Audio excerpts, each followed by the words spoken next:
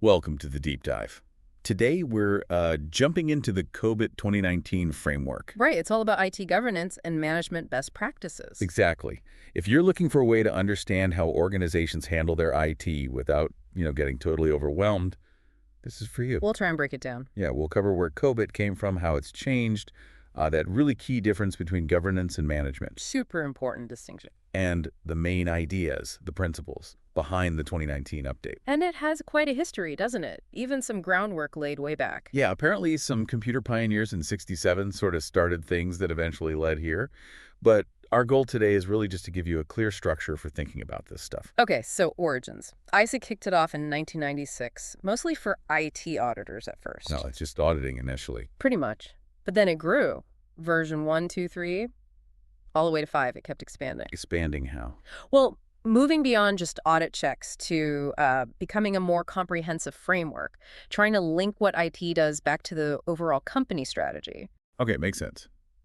And then COBIT 2019 came along. What was the big deal there? A couple of key things, really. They brought in a maturity model concept, kind of borrowing from CMMI, CMI. capability maturity model integration. It's basically a way for organizations to figure out how good their processes are and how to improve them. So COBIT 2019 helps you assess that capability. Got it. More practical. Yeah, and there was also a governance implementation guide, more hands-on advice on actually using COBIT. Now, you mentioned that distinction, governance versus management. Let's unpack that. Okay.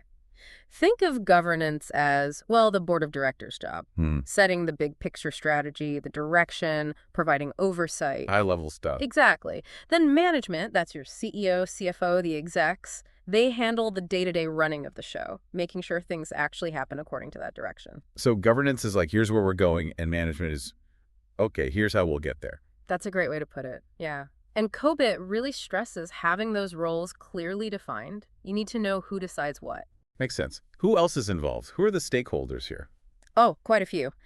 Internally, you've got the board, various levels of management, business managers, IT folks, assurance teams, risk management. And externally? Regulators, definitely. Investors, business partners, suppliers, vendors, lots of different groups. And they all need different things from the IT systems, I imagine. Precisely. Different information, different levels of access. COBIT helps structure how you manage that. Okay, let's get into the foundation, the principles behind COBIT 2019. Right. So it builds on COBIT 5, but also pulls in other standards, regulations, feedback from users. So it's not created in a vacuum. Not at all. There are 6 main principles for the governance system itself. Things like providing value to stakeholders, that's number 1. Value. What else? Taking a holistic approach, looking across the whole organization, making sure the system is dynamic, adaptable. Because tech changes so fast. Exactly. Then there's keeping governance separate from management. We just talked about that. Tailoring the system to the specific company's needs. So it's not one size fits all. Definitely not. And finally, looking at governance end-to-end across the entire enterprise. Okay, that's 6 for the system. You said there were other principles. Yeah, 3 more for the framework itself. It should be based on a conceptual model, so it's consistent. It needs to be open and flexible. Adaptable again? And it needs to align with other major standards and regulations out there, so it fits into the broader compliance landscape. These principles seem designed to make it really practical and comprehensive. That's the goal, to make sure it works in the real world for different organizations. All right, let's talk about the core model, the objectives, governance and management objectives. Okay.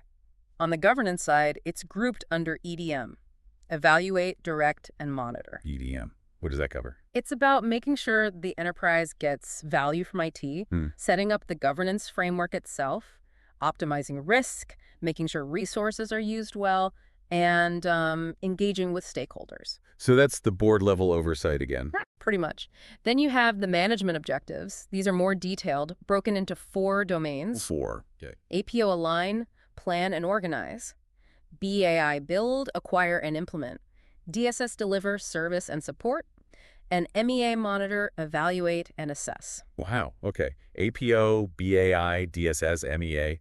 That sounds like the whole IT life cycle. It basically is. From planning and organizing IT to building or buying solutions, running the services day to day, and then monitoring performance and compliance. So for someone listening, this structure helps, break down all the complex things IT does into clearer goals. Exactly. It gives you these manageable objectives to focus on, whether you're setting strategy or checking performance. So wrapping this up, what's the key thing for you, for our listener to take away? I think it's understanding that COBIT 2019 provides this valuable structure. It's a lens you can use to look at how your organization manages and governs IT from top to bottom. Yeah, a way to assess everything from strategic fit to how the help desk is performing, really. Right. It connects the dots. Absolutely. Okay, final thought for you to mull over. We talked about those 6 governance system principles: stakeholder value, holistic approach, dynamic system, governance distinct from management, tailored needs, end-to-end system. Think about today's really fast-moving tech world. Which one of those 6 do you think is the absolute hardest for organizations to truly nail down, and why? Something to consider. Thanks for diving deep with us today.